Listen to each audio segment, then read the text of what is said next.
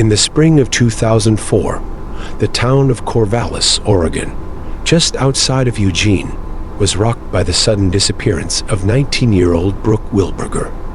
A devout member of the Church of Jesus Christ of Latter-day Saints, Brooke was home for summer break from Brigham Young University and staying with her sister and brother-in-law while helping manage their apartment complex. On the morning of May 24, 2004, she was last seen cleaning light fixtures in the parking lot of the Oak Park Apartments. Her sandals were found near a bucket of cleaning supplies, and from that moment on, Brooke Wilberger had vanished without a trace. No scream was heard. No sign of a struggle. She was simply gone. For months, the Wilberger family endured what can only be described as psychological torment, the kind that creeps in slowly, day by day, robbing sleep, replacing every quiet moment with racing thoughts, and turning every stranger into a potential suspect. Brooke was not the kind of person to run away. She had no history of mental illness, drug use, or conflict. She was well loved, grounded in her faith, and had just finished her first year of college.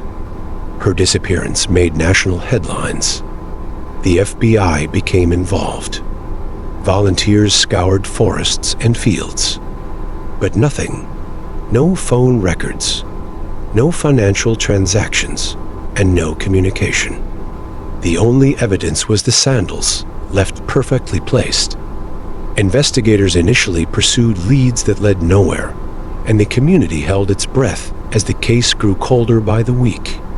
But behind the scenes, something far more sinister was unfolding. Across state lines in New Mexico, a man named Joel Courtney was arrested in November 2004 for the brutal rape and attempted murder of a University of New Mexico student. The details of that attack were horrifying, but they also mirrored something very specific: an organized, targeted abduction, done in daylight with a disturbing level of calm. When authorities dug deeper, they discovered that Courtney had previously lived in the Pacific Northwest, and most importantly, he had been in Corvallis at the exact time of Brooke's disappearance. DNA and witness statements soon placed him in Oregon during the time Brooke vanished.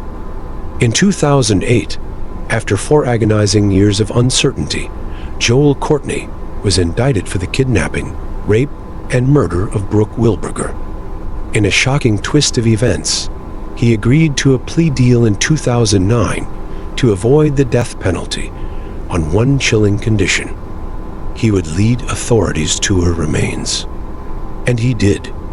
In a remote wooded area outside of Blodgett, Oregon, investigators recovered Brooke's body, confirming what her family had feared all along.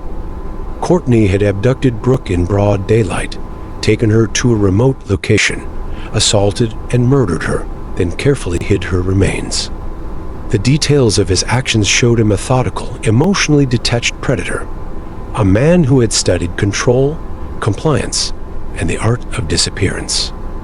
From a psychological perspective, Courtney represents a chilling archetype of the organized offender, calculating, charismatic when needed, and capable of blending into everyday society without detection. Forensic psychologists often point to these traits as red flags, but in communities where safety is assumed, monsters like Courtney walk free for years before being caught. The story of Brooke Wilberger forces us to confront a painful truth: that even the most innocent, the most faithful, the most protected among us are vulnerable. Her story lingers in the hearts of Oregonians, not only because of its horror, but because of how long justice took to arrive. And even then, it came with a price. For those watching, listening, and thinking this could never happen to someone like them, let this be the moment you realize how quickly life can change.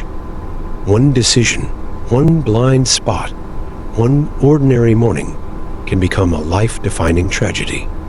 Brooke's disappearance and murder shook her community, but it also inspired legislative reform, enhanced missing persons protocol in Oregon, and strengthened interagency collaboration for future cases.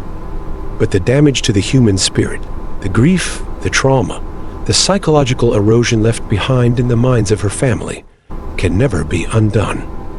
And yet, her name lives on. Her story is told.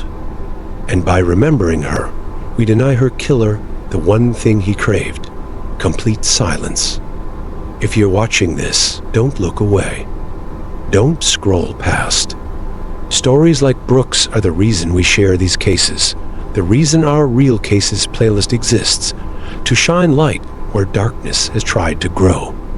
The more we remember, the stronger we become as a society. So if this story resonated with you, share it. Comment your thoughts. Someone watching could be holding on to a piece of the puzzle for a different case, a different Brooke. And if you want to be part of uncovering the truth and honoring real lives, subscribe and explore our full Real Cases playlist. Because justice doesn't start in the courtroom. It starts with awareness.